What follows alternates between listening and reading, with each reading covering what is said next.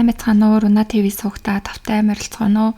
Өнөөдөр би та бүхэндээ Австрали улсад гарсан нэгэн хэргийг ярьж өгөх гээд бэлтлээ. Лили Джеймс 2002 оны 5 сарын 21-нд Зиг Джейми их Фета нарын ууган охин болж төрсөн. Дүү Макстайгаа хамт Австралийн NSW дүүрэгт өссөн. Гэр бүл нь эв наримдалтай, аялал маш их хийдэг. Disneyland, Universal Studio, NASA, бейсболын тоглолт гээд дурсамжуудыг маш их бүтээхийг хичээдэг тийм гэр бүл байсан. Лили 4 наснаасаа бүжиглэж эхлэн багш нар нь түүнийг онцгой хөдөлгөөний мэдрэмжтэй авьяастай охин гэж үнэлдэг байсан. Дараа нь усан сэлэлт болон олон төрлийн спортоор хичээллэн маш олон багуудад ч гэсэн тоглодог байсан. Эцэг эх нь урлаг спортын мөрөөдлийг нь дэмжиж дотоодын дээд зэрэглэлийн хувийн сургуульд дотроо усан бассейнтай нэр хүндтэй сургуульд оруул тэндээ Лили усан сэлэлтийн тамирчин бүжгийн тэмцээнүүдэд нь ч гэсэндээ оролцсон. Бүжиг спортоор маш олон медалуудыг авсан. Ахлах сургуулаа төгсөөд гэртээ эцэг эхтэйгээ хамт амьдарч Сидней технологи университет спортын бизнес мэргэжлэр суралцаж эхэлсэн. Гэрээсээ сургууль нь 35 минут л явхад очдог тийм маш ойрхон зайтай байсан. Өөрийн хэрэгцээнийхээ зардлыг Лили өөрөө олохын тулд Сент Эндрю нэртэй хувийн сургуулийн спортын дасгалжуулагчаар хагас цагаар ажиллаж эхэлдэг. Энэ сургууль нь 20 гаруй спортын хөтөлбөртэй байсан болохоор Лилид яг тохирсон ажил байсан. Тэр зөвхөн техник заах биш, хүүхдүүдэд сэтгэл зүйн хувьд ч гэсэндээ маш их дэмжлэг дасгалжуулалтыг өгдөг байсан. Түүний ажиллаж байсан сургуульд нь мөн 24 настай дасгалжуулагч Пол Тайсон гэдэг залуу ажилладаг байсан. Лили тэр залуутай танилцсанаас хойш хамт ажиллаж байх хугацаанд баг багаар дотносож үерхэж эхэлцгээсэн. Пол болохоор яг тэр сургуулийнхаа төгсөгч нь байсан. Лили Пол хоёрын хувьд болохоор хоёулаа спортод авьяастай найрсаг зангаараа төстөө байсан учраас 23 оны 9 сараас эхлэн үерхэж эхэлсэн. Гэтэл Лили болохоор урьдчилаад би одоохондоо эрэгтэй хүнтэй гүнзгий харилцаа үүсгэхийг хүсэхгүй байгаа. Ажил сурлага гэр бүлдээ хийх цагаа зарцуулмаар байгаа. Тийм болохоор хоёулаа гүнзгийргүй зүгээр хөнгөн үерхийя гэж анхандаа бол хэлсэн. Пол ч гэсэндээ үнийг нь ойлголоо гэж зөвшөөрсөн. Полийн хувьд болохоор 1999 онд Нидерландад төрсөн. Эцэг эх нь амжилттай бизнес эрхэлж байгаа хүмүүс байсан. 2015 онд гэр бүлээрээ Австральд нүүж ирсэн. Нүүж ирээд энэ ажиллаж байгаа сургуульдаа элсэж ороод сургуулийнхаа хоккейн багийн ахлагч хийдэг байсан. Өндөр нуруутай, спортод сайн манлайлах чадвартай байсан болохоор сургуульдаа нэлээд алдартай тийм сурагч байсан. Төгсөөд сургуульдаа шууд спортын ажилтан мөн NSW-гийн дээд лигийн хоккейн багт тоглогчоор ажилладаг байсан. Лили Пол хоёрын ажилладаг сургууль болохоор ажилчид нь хоорондоо үерххийг зөвшөөрдөггүй тийм дүрмтэй сургууль байсан болохоор тэр хоёр бол бусад хүмүүсээс нууцаар үерхэж эхэлсэн. 10 сарын ихээр Пол найзынхаа хурминд оролцохоор Байли руу явхаар болдог. Тэгээ энэ үед нь болохоор Лили Австральд байхдаа хуучин найз залуу болох Лаглантай хид хідэн удаа мессеж бичилцсэн. Тэгээ найз залуу Полигоо буцаж ирсний дараа энэ талаараа өөрөө шууд хэлсэн. Ерөөсөө нуухыг хүсээгүй. Гэвч Пол энийг нь мэдмэгцээ маш их уурлаж би ч гэсэн Байлид байхдаа өөр эмэгтэйтэй хамт хонсон гэж түүнд хэлсэн. Лили болохоор Полтой тийм их харьцаагаа гүнзгийрүүлэх талаар бодоогүй байсан учраас тэр зүйлийг нь бол зүгээр уурандаа хэлж байгаа үг юм байна гэж хүлээж аваад нэг их гүнзгийрүүлээгүй маргалдаан болгоогүй тэгээд орхисон. Гэвч үүнээс хойш бол Полын ааш цаа нэлээд өөрчлөгдөж Лилиг бол маш их хяндаг болж эхэлсэн. Тэгээ яг энэ мэдрэмжийг авч эхлэхдээ Лили за ер нь бол Полтой үргэлжлүүлээд үерхэх нь зохисгүй байна. Салах хэрэгтэй юм байна гэд дотроо бодоод эхэлчихсэн байсан. За тэр хоёр үерхэд 5-7 хоног орчим өнгөрсөн үе буюу 10 сарын 20-ны өдөр байсан. Тэгээ энэ өдөр болохоор баасан гараг байсан. Лили найзынхаа төрсөн өдрийн үдшилгэн дээр хуучин найз залуутаагаа таарад тэгээд хуучин найз залуутаагаа юм ярьж суусан. Тэгээ тэрэнд хэлэхдээ болохоор би яг найз залуу болох Полосоо маш их айдаг. Аюулгүй мэдрэмж ерөөсөө авч чадахгүй түүнээс ерөн салмаар байна гэж ярьж исэн. Тэгээ Полийн хувьд болохоор Snapchat-аар Лилигийн байршлыг ингээ байнга ер нь бол хянжидаг байсан. Тэр өдөр 23 цаг орчимд Лилиг хаана байгааг ингээ харсан чинь яг тэр нэг үдшилгэн дээр байгаагаар нь заангууд Лилигийн байгаа үдшилгэн дээр очиод тэгэд түүнийг аваад гэрлүүн явсан байгаа. Тэгээ энэ үед бол тэр хоёр нэлээ муудалцсан. Тэгээ шүүн болохоор Полиг унтсны дараа Лили бол за ер нь одоо Полоос салъя маргааш өглөө түүнд салах тухайгаа албан ёсоор хэлье гэж шийдсэн байсан. Ингээд маргааш нь буюу 10 сарын 21-нд Лили өглөө Полд шийдвэрээ тодорхой хэлж миний бодол өөрчлөгдөөгүй чамд хэрвээ хугацаа хэрэгтэй байгаа бол даваа гарагт дахиад хоёулаа ярилцъя гэж хэлээд ер нь чамнаас салах хүсэлтэй байна гэдгийг хэлсэн. Тэр орой Пол машины түрээсийн аппликейшн ашиглаад машин аваад Лилигийн гэрээ ойролцоо хидэн удаа эргэлцсэн. Тэвүүгээр зогсохгүй түүний гэрийн гадаа байгаа машинуудын зургийг дарж авсан байсан. 10 сарын 22-нд буюу Нэмга аригт Пол дахин машин түрээслээд гэрийнхэн тэр хаваар дахиад л эргэлдэж ажиглаж эхэлсэн. 10 сарын 23 буюу даваа гараг Лили өдөр Пол руу үнэхээр би чамаас салахыг хүсэж байна. Хойлоо харилцаагаа цааш нь үргэлжлүүлэх боломжгүй гэж дахиж хэлсэн байгаа. Ингээд өдрийн 14 цаг 41 минутанд Пол барилгын хэрэгслийн дэлгүүр орж скотч алх худалдаж авсан. Мөн тэр дэлгүүрээс алх худалдаж авах үедээ маш олон төрлийн алхнууд тэр дэлгүүрт байсан. Тэгээ тэдрийг нэг нэгээр нь ингээд барьж аваад савж үзээд туршиж үзэж авж байгаа нь CCTV-д мөн бичигдсэн байсан.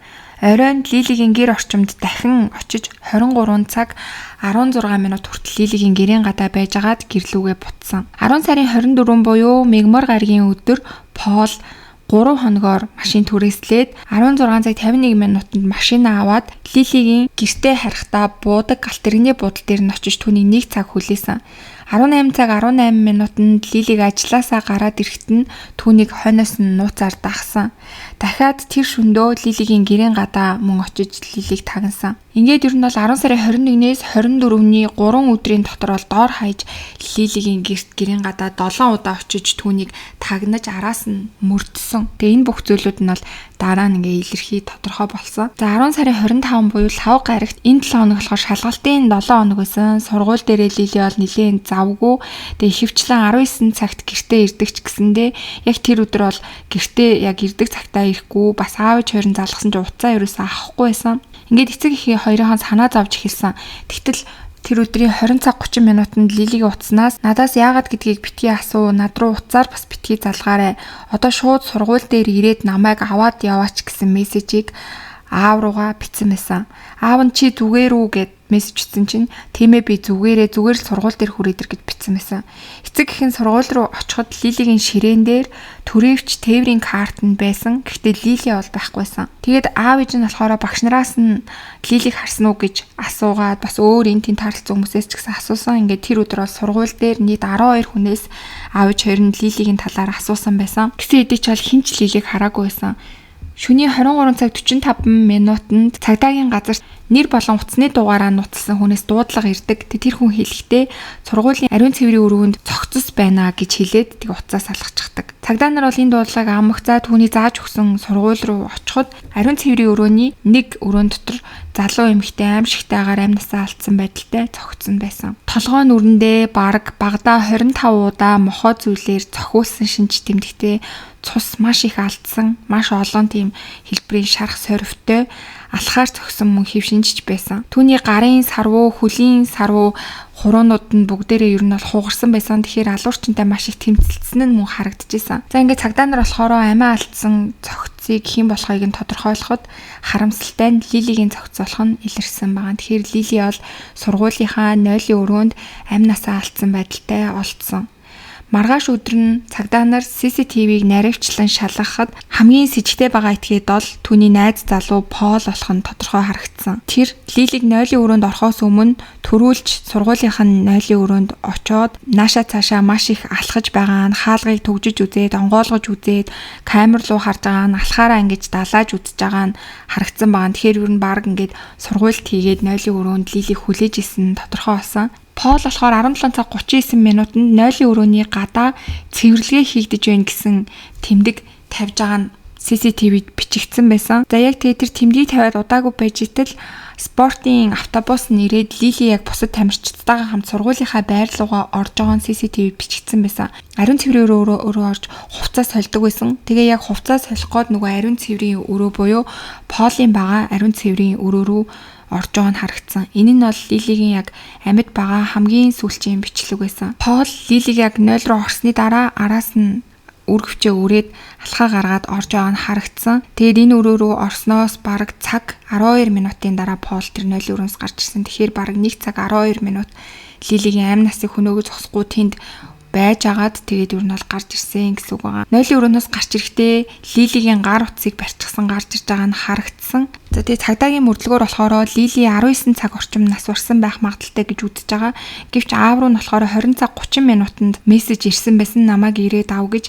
Тэгэхээр ер нь бол Пол Лилигийн утсаар аав руу нь мессеж бичсэн гэсэн үг байгаа. Ер нь бол эцэг ихээр нь нойлын өрөөнөөс Лилигийн цогцыг өөрсдөр нь олуулах зорилготой байсан байж магадгүй гэж цагдаа нар үзсэн. За ингээд яаралтай цагдаа нар бол Полыг с жигтэнгээд түүнийг баривчлах арга хэмжээндээ ороод түүнийг бол хайж эхэлсэн. Тэр өдрийн 20 цаг 47 минутанд Пол машинтаагаа замын хажууд зогсож байгаа нь CCTV-д бичигдсэн байсан. Үүний дараа 21 цаг 4 минутанд Лилигийн найз Кристинагийн байшингийн гадаа өмнө нь Лилитэй цуг уулзахдаа зугаалж алхаж салхилдаг байсан.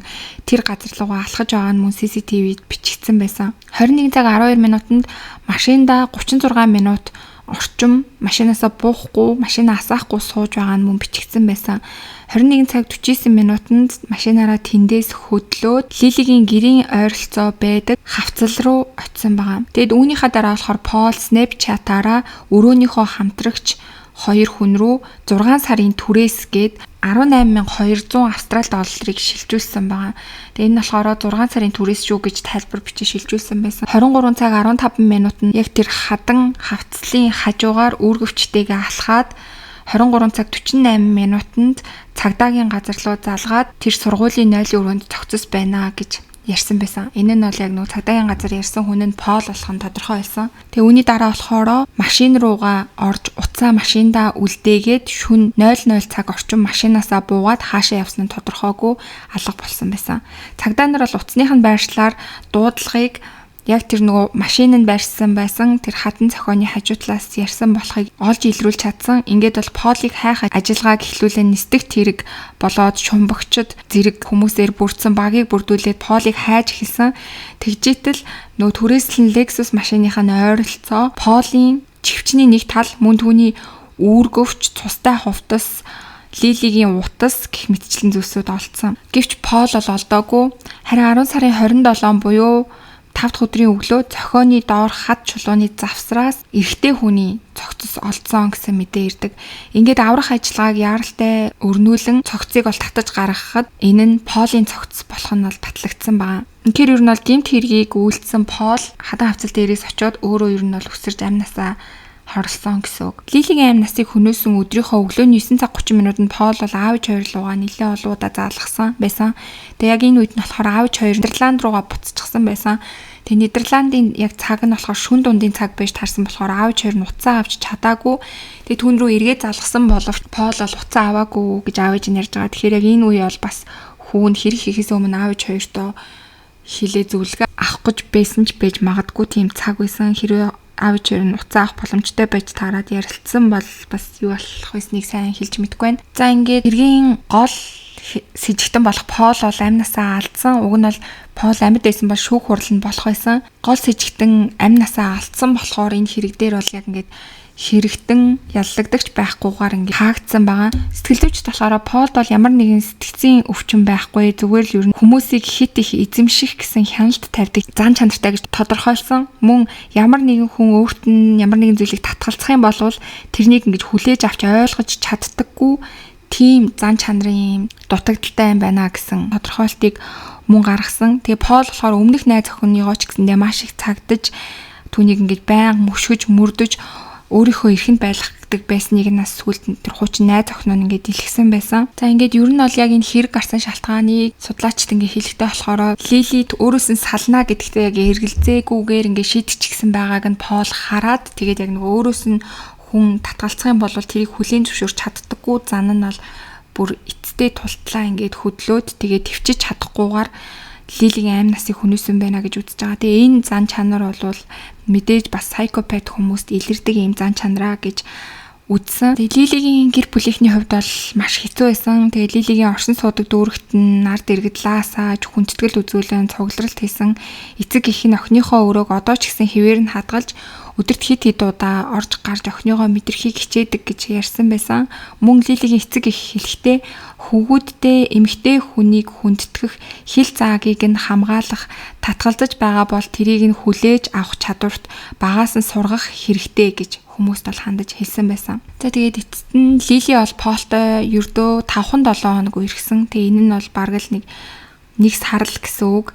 Гэвч ганцхан сар үерхэд салъя гэж хэлснээс нь 7 хоногийн дотор түүний амь насыг хөнөөсөн ба хоолыг болохоор сургуулийнх нь найзууд нь ер нь бол эргэн тойрных нь хэлэхдээ ямар ч тийм гаж зан ааш түүнээс олж хардаггүй байсан гэж хэлж байгаа. Тэгэхээр бусад үед бол түүний зан нь яг энгийн юм шиг хэрнээ өөрийнх нь хайрлсан мөн эмэгтэй хүн өөрийг нь эсэргүүцэх үед бол үнийг нь хүлээн зөвшөөрч чадахгүй зан ааш нь маш аимшигтайгаар илэрдэг байсныг илэрхийлж байгаа. За ингээд өнөөдрийн та бүхэнд бэлтгэж хүргэсэн хэрэг маань маш харамсалтай, хохирогч болоод хэрэгтэй хоёр хоёулаа амнасаа алдсан учраас энэ хэрэг дээр бол ямар ч ял өрсөн хүн байхгүй, хэрэг нь хаагдсан ийм маш гонигтай хэрэг байлаа.